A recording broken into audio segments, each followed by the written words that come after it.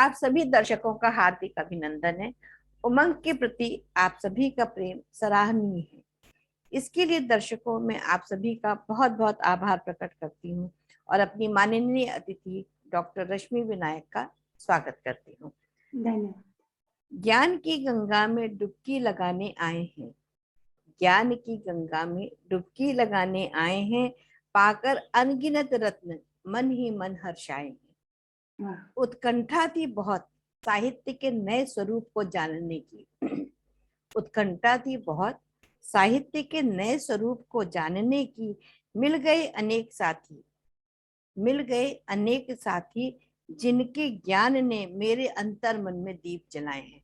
तो तो दर्शकों, आज हम आपका परिचय करवा रहे हैं डॉक्टर रश्मि विनायक से, जो कि मुजफ्फरनगर में SDE कॉलेज में प्रवक्ता के पद पर कार्यरत हैं। शिक्षा की दृष्टि से MA PhD हिंदी स्वर्ण पदक प्राप्त कर्त्री, उन्हें 2 बार स्वर्ण पदक उनको मिले हैं। साहित्य के रसास्वादन की सदैव अभिलाषी रहती हैं। कविता, कहानी, गीत लेखन, संपादन कार्य आदि उनके प्रिय विषय हैं। उनका परिचय, उनकी मतलब विभिन्न जगहों पे उन्होंने काम करा है।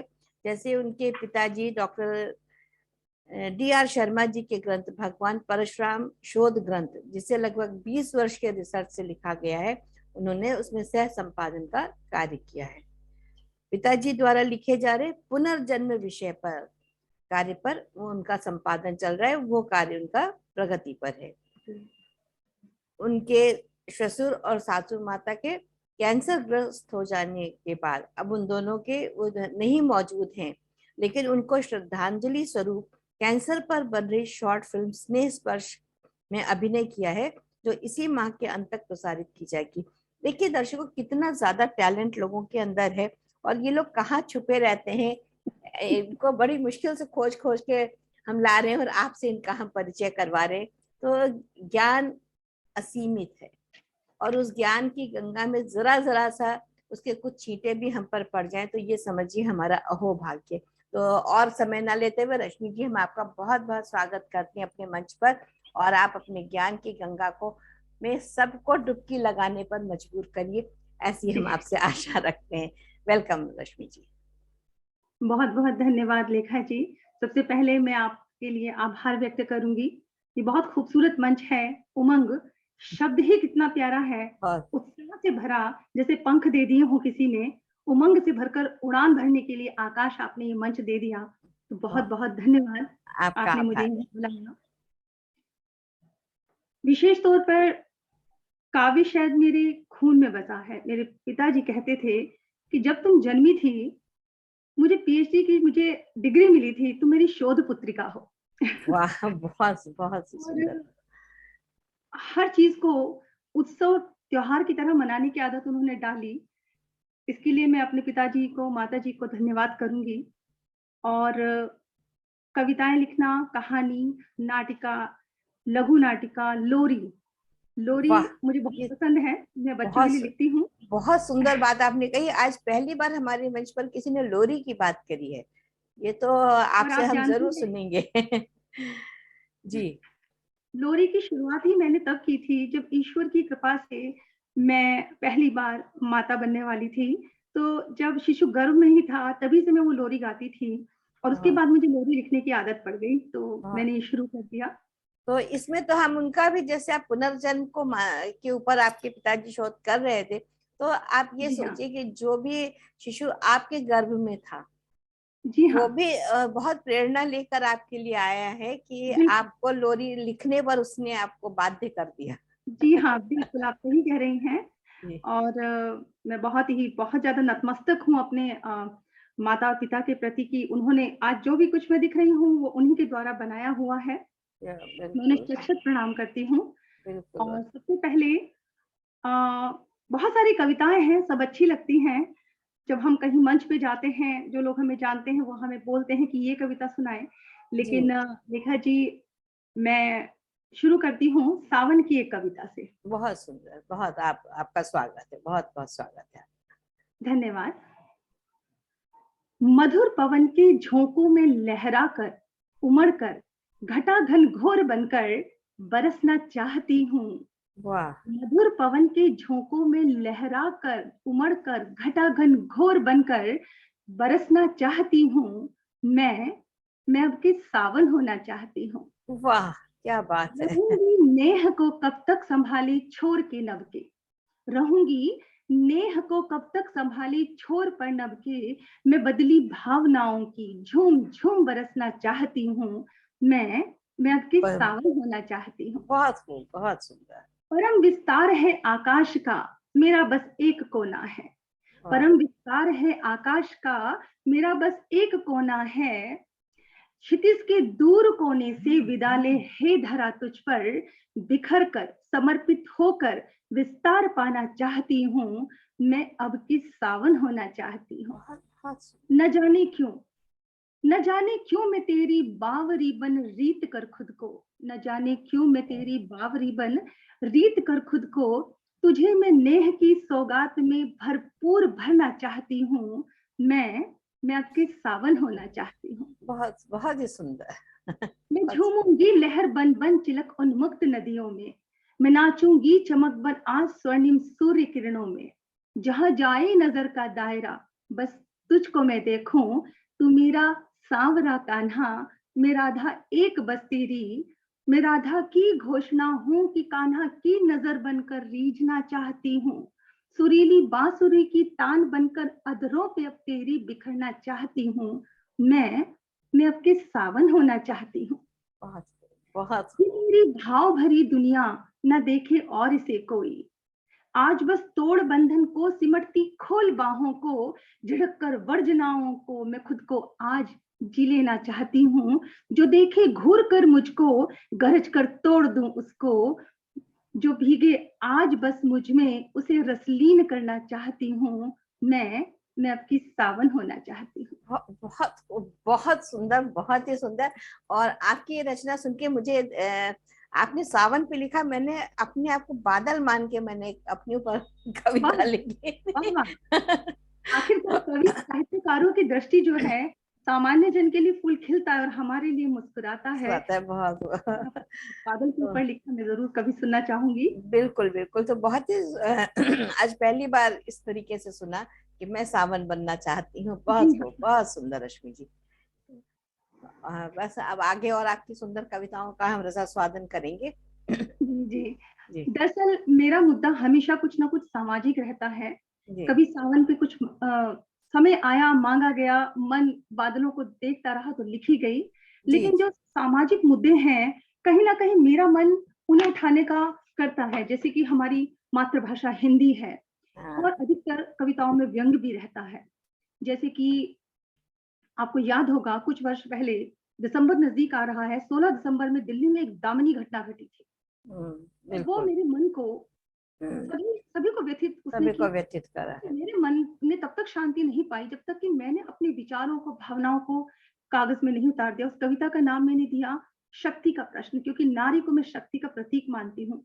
अगर आप बिल्कुल। कहें तो मैं वो अरे प्रस्तुत करूँ। बिल्कुल बिल्कुल बिल्कुल, हम बिल्कुल सुनना चाहेंगे और मेरी आपके जो हर स्वरूप को सुनना चाहेंगे। जी मेरी जो कविताएं हैं वो गद्य गीत के और लघु नाटिका के निकट अधिक रहती हैं। इसमें कहानी का एक विस्तार होता है। मैं शुरू कर रही हूँ जी जी कामनी को समर्पित करते हुए, और जी आज हर नारी की शक्ति बनते हुए। शक्ति का प्रश्न ये शीर्षक है। बिल्कुल। मन में एक गहरी टीस आज फिर उभर रही है। मन में एक गहरी टीस आज फिर उभर रही थी, क्योंकि 16 दिसंबर वाली दामिनी सुबह होते होते जी उठती थी और रात होते होते मर रही थी। मन में एक गहरी टीस आज फिर उभर रही थी। बहुत घटनाएं घटती हैं, घटनाएं घटती हैं, पर उनकी टीस नहीं घटती। दुनिया की कमजोर याददाश्त उनका बोझ नहीं उठा सकती, पर वो कुछ इस तरीके से गुजरी जैसे संवेदनाओं की अर्थी गुजर गई हो। आदर्श उन्मुख मानवता के सुनहरे इतिहास पर विकृतियों की स्याही बिखर गई हो। दामिनी, दामिनी, तुम अब मात्र संकेत नहीं रही हो व्यष्टि का। यानी केवल वो, उसकी पीड़ा उस तक नहीं सीमित थी। सीमित है, इसलिए बिल्कुल। मैंने लिखा, दामिनी तुम अब मात्र संकेत नहीं रही हो केवल व्यष्टि का, तुम हो अब महाबिगुल नारी समष्टि का। तुम मात्र दामिनी नाम की पहचान भर नहीं हो, अब स्त्रीत्व गरिमा का प्रतिनिधित्व भी कर रही हो। बहुत जीवन रुकता नहीं, जीवन रुकता नहीं, कर्म भी नहीं रुकते, पर एक क्षण भी है वीरांगना, हम तुम्हें नहीं भुला सकते। बहुत उसने बहुत पीड़ा सही बचाने के लिए बहुत कुछ किया था। और विराट प्रश्न मन में उठा, कविता शुरू हो रही है, विराट प्रश्न मन में उठा, अगर एक बार, मात्र एक बार दामिनी के जन्म का इतिहास दोहराया जा सके और मां के गर्भ में अभिमन्यु की तरह किसी दिव्य दृष्टि के द्वारा, अभिमन्यु की तरह किसी दिव्य दृष्टि से दामिनी द्वारा अपने भविष्य का हाल पाया जा सके, तो क्या सोच होगी उस शक्ति स्वरूपा की, क्रमशः बढ़ते अपने जीवन की रूपरेखा की। किस्मत का ऊंट किस करवट बैठेगा, क्या बच सकेगी वो, या नर पिशाच फिर से उसे ऐठेगा। चलो एक यात्रा करें उस दिव्या के, इस महामानव की धरती पर आगमन से ही प्रारंभ करें। पड़ोस के घर में एक खुशखबरी है, पड़ोस के घर में एक खुशखबरी है, बहू की गोद अभी अभी भरी है। आप समझ रही हैं लेखा जी, गर्भ से ही प्रारंभ कर रही हूँ। माँ के गर्भ में अभी दामिनी है और वो सोच रही है कि जन्म लेने वाली, उससे पहले की बात मैंने शुरू कर दी। बिल्कुल सही। के घर में एक खुशखबरी है, बहू की गोद अभी अभी भरी है, घर में एक नन्हा मेहमान आने वाला है, दिखाता रंग विचित्र ऊपर वाला है। वो कोई नन्हा फरिश्ता नहीं था, वो तो एक नन्ही परी थी जो माँ की आंखों से बाहर की दुनिया देख रही थी। खुश थी ये सोचकर, खुश थी ये सोचकर कि कल उसका भी एक वजूद होगा, वो दिन भी क्या खूब होगा, एक दुनिया होगी उसकी। एक हलचल सी परी के मन में होने लगी, एक हलचल सी परी के मन में होने लगी, और अजन्मा होकर भी वो सपनों में खोने लगी। और धीरे धीरे आने वाले कल की तस्वीर उसके मन में साकार होने लगी। वो सोचने लगी, वो सोचने लगी, ले चुकी है जन्म, मिटा घना अंधेरा, उड़ने को खुला आकाश, नित नया सवेरा। सीप में मोती की तरह, नयन में ज्योति की तरह, प्यार से दुलार से पाला मुझे हर प्यार से। मैं लाडली थी, प्यारी थी, दुलारी थी, सबसे न्यारी थी। मेरी हंसी से मुरझाई कलियां खिल उठी, मेरी श्वासों से पवन शीतल महमहा उठी। मेरे निवास से अब वो घर नहीं मंदिर हुआ, वो लोहा बना सुस्वर्ण सा, जिसने मेरे पारस मन को छुआ। इस ओर गई धूप की सुगंध उठी, खिलखिलाई तो दीप की लो जल उठी। बातों में मेरी पुष्प से झरते गए, मैं जिधर गुजरी गुलाबों के उपवन महकते गए। मैं कन्या थी, देवी थी, शक्ति थी, महान थी, नर को नारायण बनाती पुण्य की पहचान थी। सद्गुणों की परिभाषा, इस सृष्टि की अभिलाषा, यत्र नार्यस्तु पूज्यन्ते रमन्ते तत्र देवता। इन अद्भुत सूत्रों से आदर्श उत्कृष्ट थी मेरी आशा। मेरे अस्तित्व से ये भूधरा पावन हुई, मैं इस गरिमा से गर्वदीप्त में आत्मलीन में अंश हुई। माँ लगाती नजर का टीका, माँ लगाती नजर का टीका, कहती किसी की नजर न लगे, मेरी बिटिया बने रानी और इसका भाग्य जगे। मेरी बिटिया बने रानी और इसका भाग्य जगे। नजर ही तो गड़ाए थे नरभक्षी भेड़ी, बड़े गहरे रहते हैं छिपे मांदों में, दांत और पंजों को छिपाकर बाहर है निकलते, अवसर पाते ही दिखलाते हैं कुरूप। मानवता का खोल उतार नर पिशाच का रूप ले मिलते। पल भर में पूर्णिमा की चांदनी बिखर गई और परी के जीवन में कभी न जाने वाली अमावस ठहर गई। उसे समझ नहीं आया वो किस किस बात के लिए रोए। केवल शरीर ही नहीं, अपनी आत्मा की लाश को भी ढोए। वो सन्नाटे को चीर देने वाली चित्कार के साथ आई सपने से बाहर, नश्चत की चुभन वार के साथ करने लगी जी में तोलमोल, जोड़ने लगी शब्द, बोलने लगी बोल। सुना तो यही था कि मानव जीवन है अनमोल, तो फिर क्यों परी के जीवन में ये जहर दिया था घोल। कुत्सित विभत्स दुरात्माओं ने ये पाप किया बेजोड़, प्रश्न की श्रृंखलाएं बढ़ती गई, बढ़ती गई, बढ़ती गई और अब प्रश्न करने लगी वो। अब प्रश्न करने लगी वो अनमोल, ये नारी शक्ति का प्रश्न है। अगर मादा नहीं बचा मानवता में मेरे शरीर व आत्मा की रक्षा का, मादा नहीं है घर हिफाजत का, तार तार होती मेरी अस्मिता की रक्षा का, तो छोड़ दो सब ढोंग मानवता का।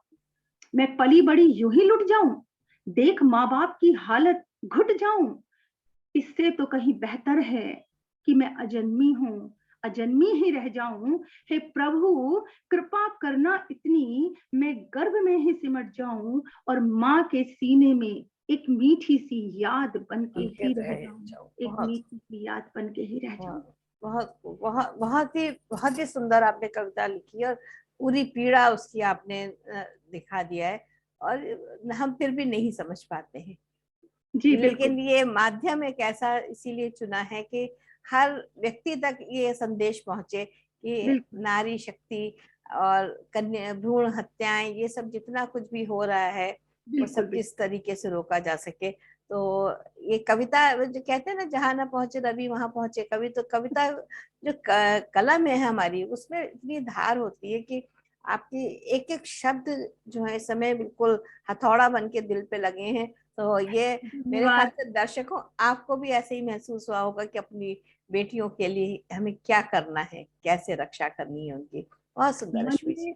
मन में कई बार जो पीड़ा होती है, ये माँ शारदे का आशीर्वाद है कि हम कहीं ना कहीं उस पीड़ा को उकेर भी देते हैं। हम समाज को बदलने का, सृष्टि करने के एक गर्व में भी डूब सकते हैं, कुछ भी हम महसूस कर सकते हैं। लेकिन जो मैथिली शरण गुप्त जी की पंक्तियां हैं वो मुझे हमेशा प्रेरित करती हैं कि केवल मनोरंजन ही ना कवि का कर्म होना चाहिए, उसमें उचित उपदेश का भी मर्म होना चाहिए, तो कुछ सृष्टा हो जाए, चाहे वो विचारों में उथल पुथल हो, भावनाओं में हो या किसी के जीवन में हो, कवि सार्थक हो जाता है, मेरा ऐसा मानना है। नहीं नहीं बिल्कुल। और ये जो इसलिए तो मैं बहुत प्रसन्न हुई इस उमंग के कार्यक्रम के द्वारा, इतना संदेश लोगों तक पहुंच रहा है, इतनी सुंदर रचनाएं आ रही हैं आप लोगों की, ये हर व्यक्ति के दिल को जरूर झंझोड़ती होंगी, ऐसा मैं मान के चलती हूँ। नहीं, आप बिल्कुल सही कह रहे हैं। वाकई में जो कवि होता है वो सृष्टा भी होता है, ये बात सृष्टा तो बिल्कुल ही है, सृष्टि वहीं पे पनपती है। सही कह रहे हैं जी। अब हम आगे आपकी और क्या रचना सुनेंगे सुंदर सी?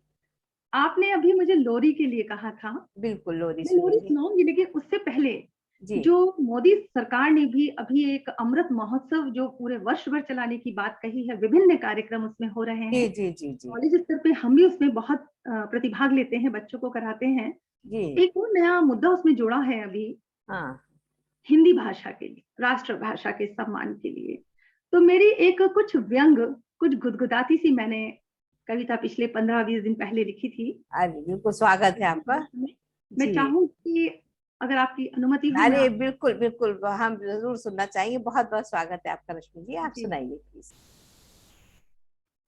हिंद हिंदी कहते कहते हिंदवासी खो गए, हिंद हिंदी कहते कहते हिंदवासी खो गए, देखते ही देखते ये आंग्ल भाषी हो गए। आंग्ल यानी अंग्रेजी भाषी हो गए। हालांकि मेरी किसी भाषा से कोई विरोध नहीं है, हर भाषा सीखनी चाहिए, लेकिन अपनी मातृभाषा के गले को घोट कर नहीं, उस कीमत पे नहीं।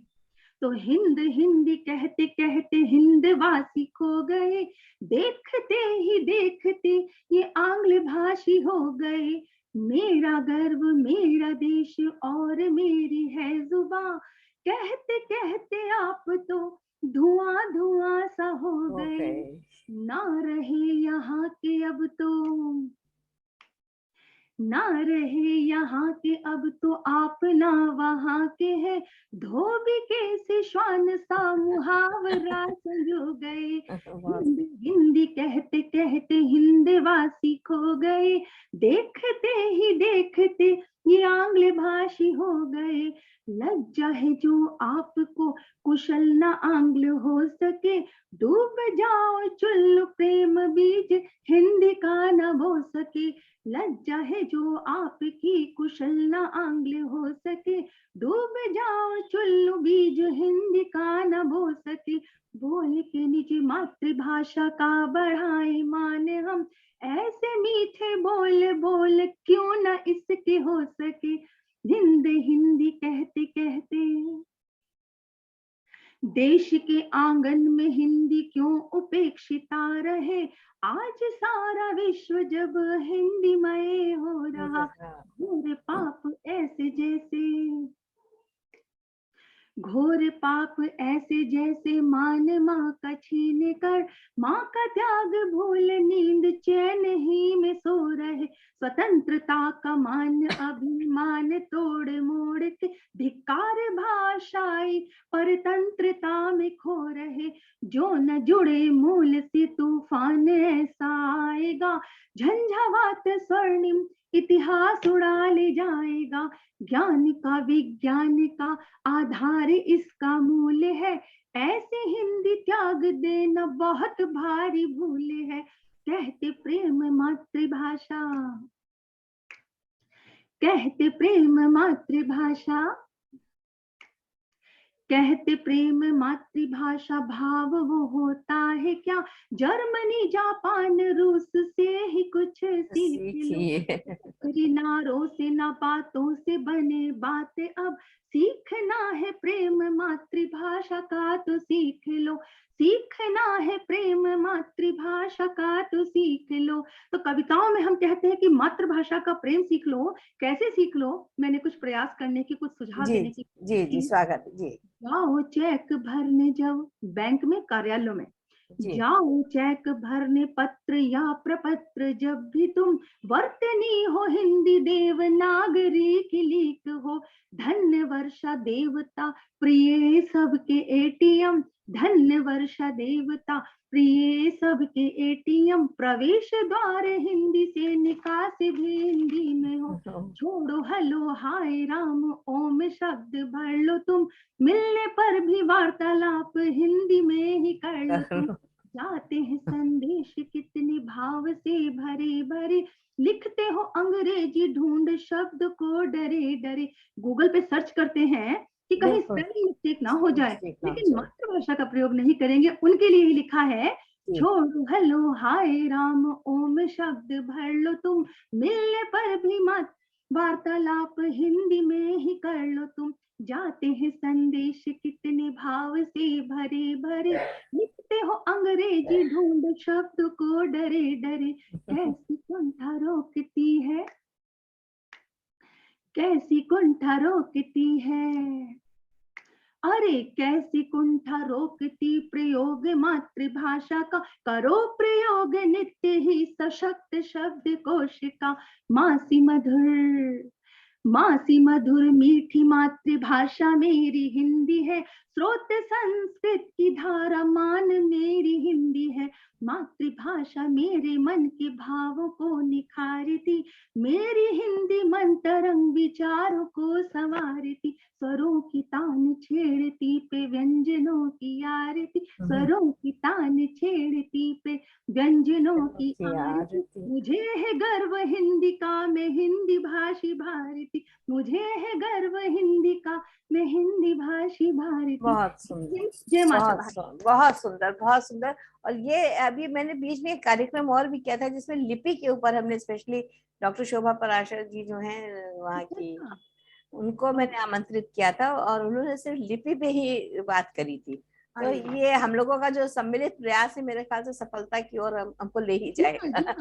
अब इसमें चूंकि हमारी जो सरकार है वो भी चाहती है, लेकिन मातृभाषा ये संस्कृति जो है वो किसी भी राष्ट्र के गर्व का विषय हो सकती है। वो हमारी परंपराओं को सहेजती है, हम उसे इग्नोर करके नहीं चल सकते, हम उसको उपेक्षित करके नहीं चल सकते। घर में जैसे माँ का सम्मान है, वैसे ही मातृभूमि का और मातृभाषा का सम्मान होना बहुत जरूरी है। और ये लोगों को बहुत समझना चाहिए कि वो अंग्रेजी इतना ज्यादा मतलब हावी हो गई है हमारी मानसिकता पर, जिसको कहना चाहिए कि हर समय हमको लगता है खाना पीना रहन सहन, बात करना, सब कुछ अंग्रेजी के ही असल ऊपर। में रेखा जी, कुछ लोगों ने इसे पूर्वाग्रह नाम दिया कि चूंकि अंग्रेज हमें गुलाम बनाकर गए तो अंग्रेजी गुलामियत की एक निशानी प्रतीक बन गई।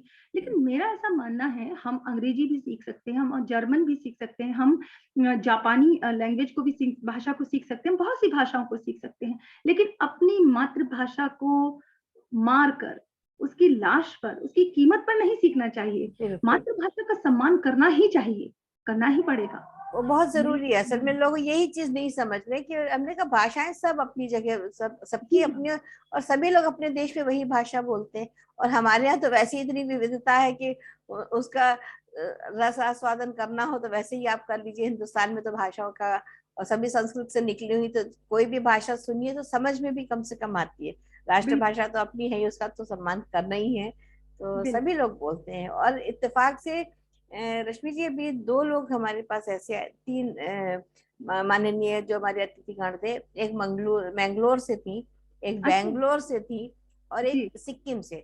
इनकी वाह! किसी की भी मातृभाषा हिंदी नहीं, और इतनी सुंदर रचनाएं उन्होंने लिखाई कि एक की तो सुन के मैं रो पड़ी थी यहीं पे स्टेज पर।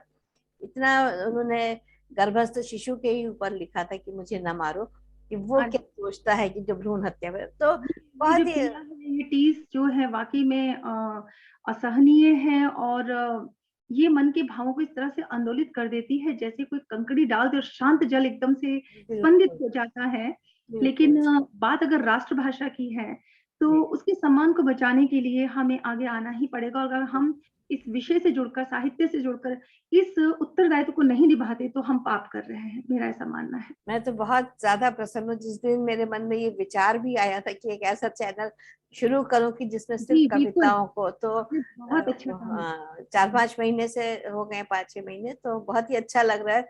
और इतने अच्छे संदेश आ रहे हैं कि उसका तो कोई सानी नहीं है। जी। और आगे सुनाइए रश्मि जी। आगे जैसे कि मैंने कहा कि मैंने लोरी लिखी है, जी, जी, तो जी, जो जी। मैंने प्रथम लोरी लिखी थी, मैं वही सुनाना बिल्कुल, चाहूँगी। बिल्कुल, बिल्कुल स्वागत है आपका। गला मेरा बहुत स्वस्थ नहीं है, पर कोशिश नहीं, करती बहुत आप लोग आवाज इतनी हूँ। मिठास अच्छी, चाहिए। जी, खनकती हुई है कि मजा आ जाता है। चांदी का पालना, सोने सा मेरा राजा बेटा, हीरे मोती की लड़ियां, कितनी सुंदरी घड़ियां, चांदी का पालना, सोने सा मेरा राजा बेटा, हीरे मोती की लड़ियां, कितनी सुंदरी घड़ियां, चांदी का पालना। रात को हवा धीरे से मुन्ने को सुलाती है, चांदनी भी धीमे सुर में मध्यम मध्यम गाती है। रात को हवा धीरे से मुन्ने को सुलाती है, चांदनी भी धीमे सुर में मध्यम मध्यम गाती है। खिल जाए तेरी हंसी से मुरझाई सारी कलियां, चांदी का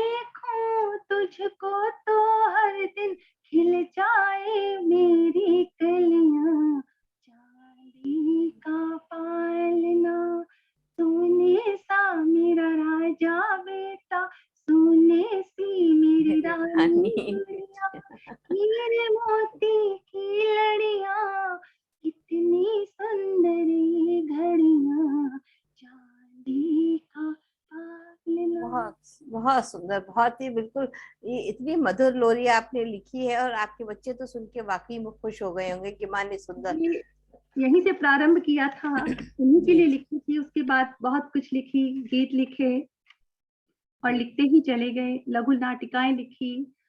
और मैंने एक चीज महसूस की है लिखा जी, कि अभी तो हम बहुत छोटे, हम सीख ही रहे हैं, लेकिन आनंद की जिस बूंद का साक्षात्कार साहित्य के माध्यम से ईश्वर ने हमें कराया है, हम खुद को ऐसा समझते हैं जैसे हमें आशीर्वाद, विशेष आशीर्वाद देकर इस धरती पर भेजा गया है। उस बिल्कुल आनंद को हम महसूस करते हैं, अनुभव करते हैं और ऐसा लगता है कि हर रोज भगवान से भी साक्षात्कार हो रहा है। तो बिल्कुल बिल्कुल। ये भाग बहुत, महसूस करते हैं हम इस चीज के ये लिए। बहुत क्योंकि देखिए जो हम लिखते हैं, जो भी आपके विचार उस समय आ रहे हैं, तो उस समय जब तक आपका उसके साथ तादाद में नहीं होगा, उस परिस्थिति से उस चीज जी को हाँ। महसूस नहीं करे, तो महसूस करना ही अपने आप में एक बहुत बड़ी चीज है। जो जी। आम, जैसे आपने कहा ना, फूल को कोई देखता है तो कोई मुस्कुराता हुआ देखता है, जी हाँ। कोई उस पर रोज की बूंदों का आनंद लेता है। तो ये अपना अपना देखने का नजरिया है कि हम किस तरह जी हाँ। से चीजों को देख रहे हैं। तो बिल्कुल। ये इसका तो कोई कुछ कह नहीं सकते, बहुत ही खूबसूरत। और वाकई में माँ शारदे का जो मिला हुआ है आशीर्वाद, प्रेम, वो तो खैर है ही, बहुत बहुत जी। सुंदर बात है। जी, धन्यवाद। आपकी आपकी एक रचना और सुनेंगे। अभी हाल फिलहाल में ही अ, एक दीपोत्सव हुआ था। दिवाली अभी अभी गई है, जी तो बजरंग बली जी का मंदिर भी है, मेरे पिताजी ने निर्मित किया है, doctor D R G Sharma ji ने रुड़की में। जी और जी हम उनको अपने इष्ट मानते हैं। उनको सामने रखकर उस रात मैंने जो कविता लिखी, मैं आपके सामने भी प्रस्तुत करना जी चाहूंगी। जी स्वागत। दिवाली बेशक चली गई हो, लेकिन जो दिए की रोशनी वो हमेशा हमारे जीवन में रहती है, प्रकाश और सकारात्मकता बन के। बिल्कुल तो बिल्कुल। सबसे पहले जी उन्हीं बजरंग बली जी को मैं प्रणाम करूंगी और श्री रामचंद्र जी को नमस्कार करते हुए उनका अभिनंदन करना चाहूंगी। दक्षिणे लक्ष्मणो यस्य वामे च जनकात्मजा पुरतो मारुतिर्यस्य तं वन्दे रघुनन्दनम्। बिल्कुल बिल्कुल। जय श्री राम। जय श्री राम। वही सत प्रेम धारा दिव्यता की वो धरा है। वही सत प्रेम धारा दिव्यता की वो धरा है। ये धरी माता की आज्ञा, सिर झुका उसकी कथा है। ये गति प्रेम से थी छोड़ भ्राता की, लिए जिसने उन्हीं श्री राम की पावन चरित वंदन सुधा है। ये वही सत प्रेम धारा दिव्यता की वो धरा है। ये चले घन घोर वन में ले वचन की लाज मर्यादा। चले घन घोर वन में ले वचन की लाज मर्यादा। धरी धुरी धर्म की ना हो कभी फिर सत्य को बाधा। बढ़े पग और ये थे वो पथिक जो डिग नहीं पाए। है रघुकुल रीत जाए, प्राण चाहे ना वचन जाए। है रघुकुल रीत जाए, प्राण चाहे ना वचन जाए। चली माता सी प्रिय अनुसरण कर, सिर झुका कर तब। चली सी माता सी प्रिय अनुसरण कर, सिर झुका कर तब। कि कौशल्य धत शर धनुष कर मस्तक उठा कर तब। मस्त। फिर पीछे चल रहे को सौमित्र सेवक भाव से मन में। थे पीछे चल रहे सौमित्र सेवक भाव से मन में। यु निश्चर प्राण घातक धर्म पालक फिर रहे वन में। यु निश्चर प्राण घातक धर्म पालक फिर रहे वन वन में। में। घटी खलवंश उन्मूलन कथाएं वन में बहुभारी घटी खलवंश उन्मूलन कथाएं। वन में बहुभारी उठा फिर ले चला रावण सिए जो दिव्य थी नारी। चले तब वेग से सिय खोज रामाज्ञा बलि हनुमान। चले फिर वेग से सिय खोज रामाज्ञा बलि हनुमान। दहन लंका को पिघला भर उठा हुंकार जय श्री राम। दहन लंका को पिघला भर उठा हुंकार जय श्री राम। उठा फलक तूणीर का श्री राम के कर में। धराशायी हो रावण गिर पड़ा बस एक ही क्षण में। लौट आए प्रभु श्री राम लहरा धर्म ध्वजा को जब। दीप शत मार्ग में थे जगमगाते गुनगुनाते थे गाते गुनगुनाते लय स्वरों में मगन हृदय सब। अखिल परिदृश्य परिवर्तित परिलक्षित कलयुग में तब। कलयुग आया, समय बदला और परिदृश्य बदल गया, कहानी आगे बढ़ी। अखिल परिदृश्य परिवर्तित परिलक्षित कलयुग में तब। असुर खल बल छली निश्चर नष्ट तन से आज मन में उठ रहे फिर। देख दुर्गति इस धरा की सृष्टि पावन मनोहरा की। नयन अश्रु राम के हैं घिर रहे फिर। राम का संग्राम रावण संग प्रभु की एक लीला थी। सत्य की हो जीत यही तो धर्म की आधारशिला थी। है अपरिवर्तित रचित कल्याणी सृष्टि। किंतु बदला रूप मानव कर रहा संतुष्ट सम को तज समष्टि। हो रहा अपमान चहुदिशि और लगे हैं दांव पर सत धर्म मानक। है विकट जब मार्ग कंटक पथ प्रदर्शक एक दीपक एक दीपक। दीपक कहता है, क्योंकि वो सकारात्मकता से भरा हुआ है, तो वो कह रहा है कि मेरी भी खूब लड़ाई होती है अंधेरे से, लेकिन मैं जूझता हूँ, मैं हारता नहीं हूँ। और वो कह रहा है आज भी है न्याय की जय, धर्म का आदर्श सर्वोत्तम। आज भी सत्य है जिसमें जीतता वही है पुरुषोत्तम। देखिए, हमारे लिए तो दीपकावली है, दीपकों की अवली यानी पंक्तियां, लेकिन अकेला दीप अपनी सक्षमता से बढ़ रहा है, जल रहा है। वो नहीं जानता दूसरे के तेज को, वो तो खुद जल रहा है। और वो अकेला दीप क्या कहता है, जरा सुनियो क्या गुनगुनाता होगा। अकेला दीप जलता कह रहा है ऐ जहां वालों। अकेला दीप जलता कह रहा है ऐ जहां वालों। जली है रात साथ साथ मेरे, जल रही थी जो दिशा चहुं ओर छाया। अंधतम सा घन अंधेरा था, चमकती रोशनी के इंद्रधनुषों जुगनुओं वाली। दिखाता पंथ स्वागत उत्सुका सी राम दीवाली। दिखाता पंथ स्वागत उत्सुका सी राम दीवाली। विजित कर धर्म से अधर्म को प्रिय बात है वो जो। अनाहद भर रहा हुंकार तन मन आज मेरे जो।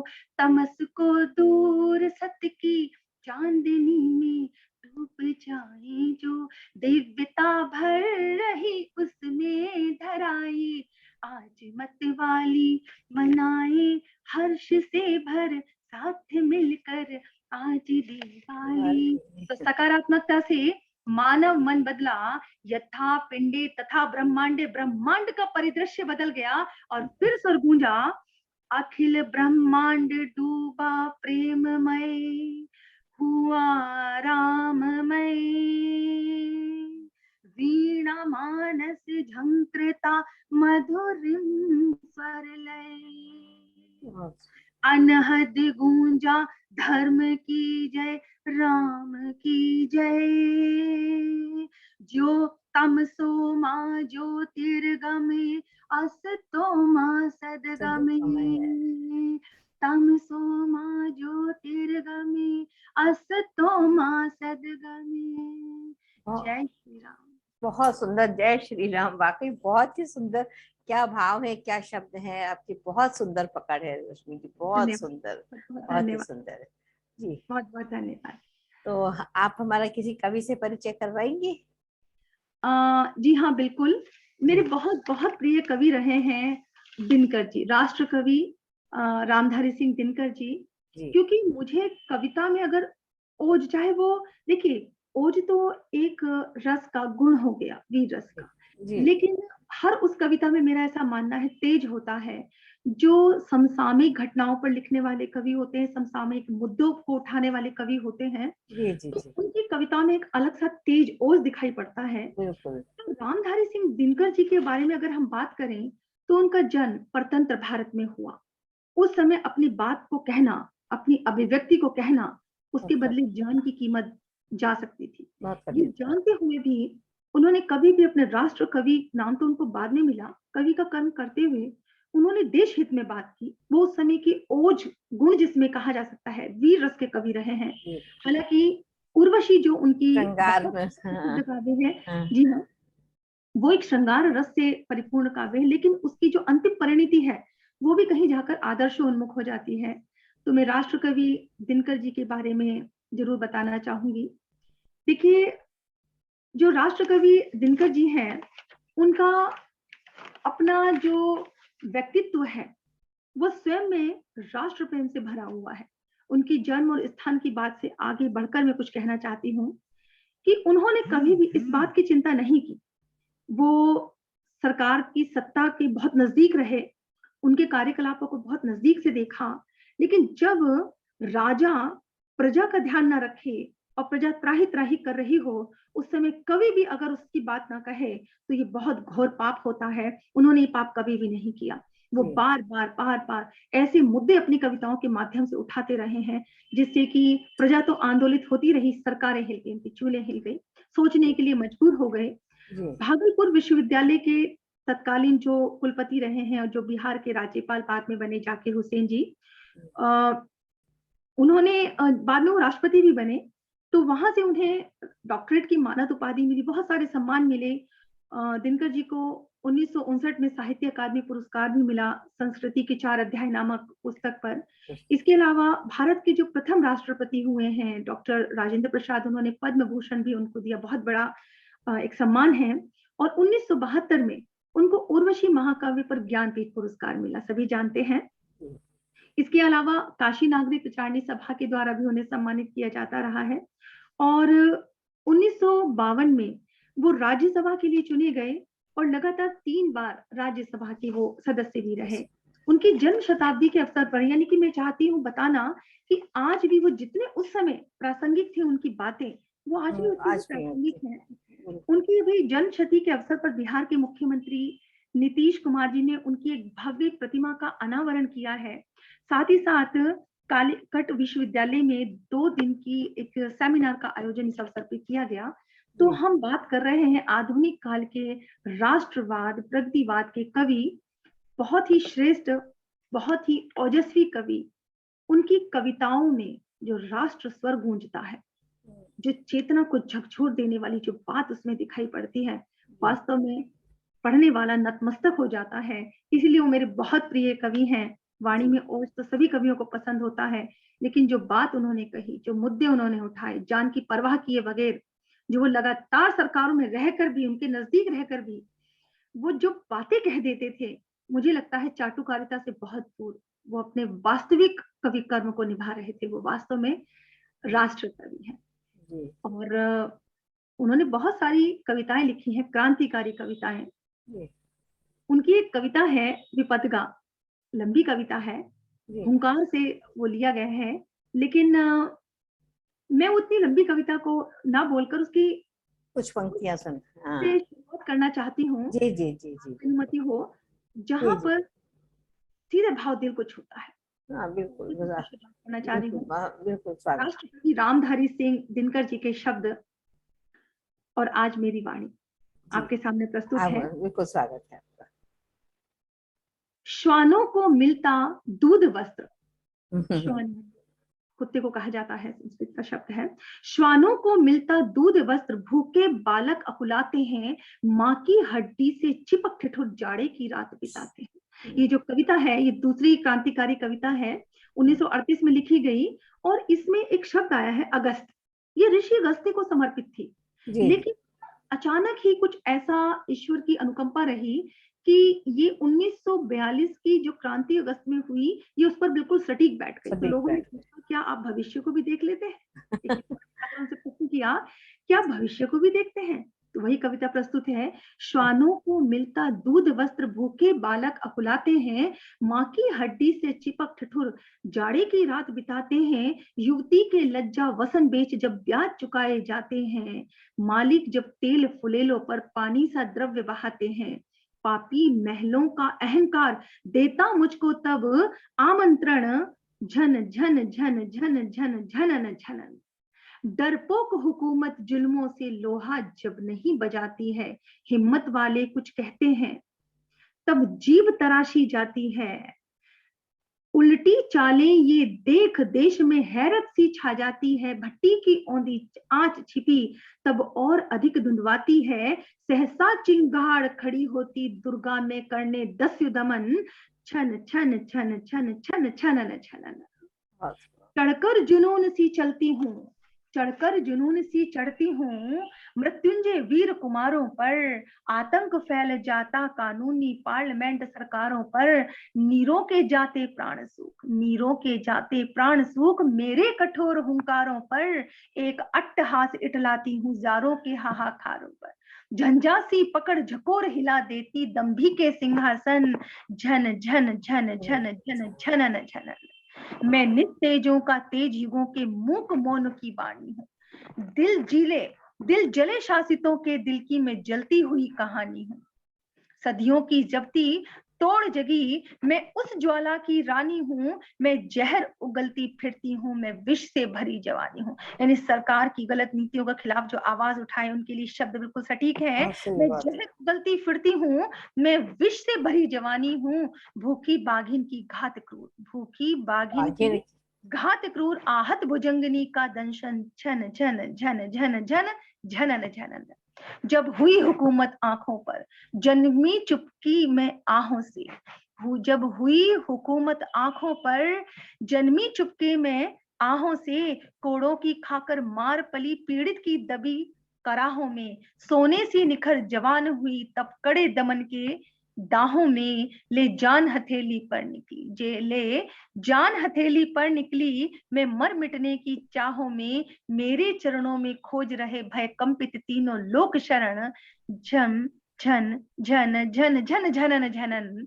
असिकी नोकों से मुकुट जीत अपने सिर उसे सजाती हूँ, ईश्वर का आसन छीन कूद मैं आप खड़ी हो जाती हूँ, थर थर करते कानून न्याय इंगित पर जिन्हें नचाती हूँ, भयभीत पात की धर्मों से अपने पग में धुलवाती हूँ, सिर झुका घमंडी सरकारें करती मेरा पूजा पूजा अर्चन। यानी जब प्रजा खड़ी हो जाती है तो बात माननी पड़ती है, वो क्रांति वो हुंकार सुनने पड़ते हैं, उसका स्वर, सिर झुका घमंडी सरकारें करती मेरा अर्चन पूजन, झन झन झन झन झन झनन झनन।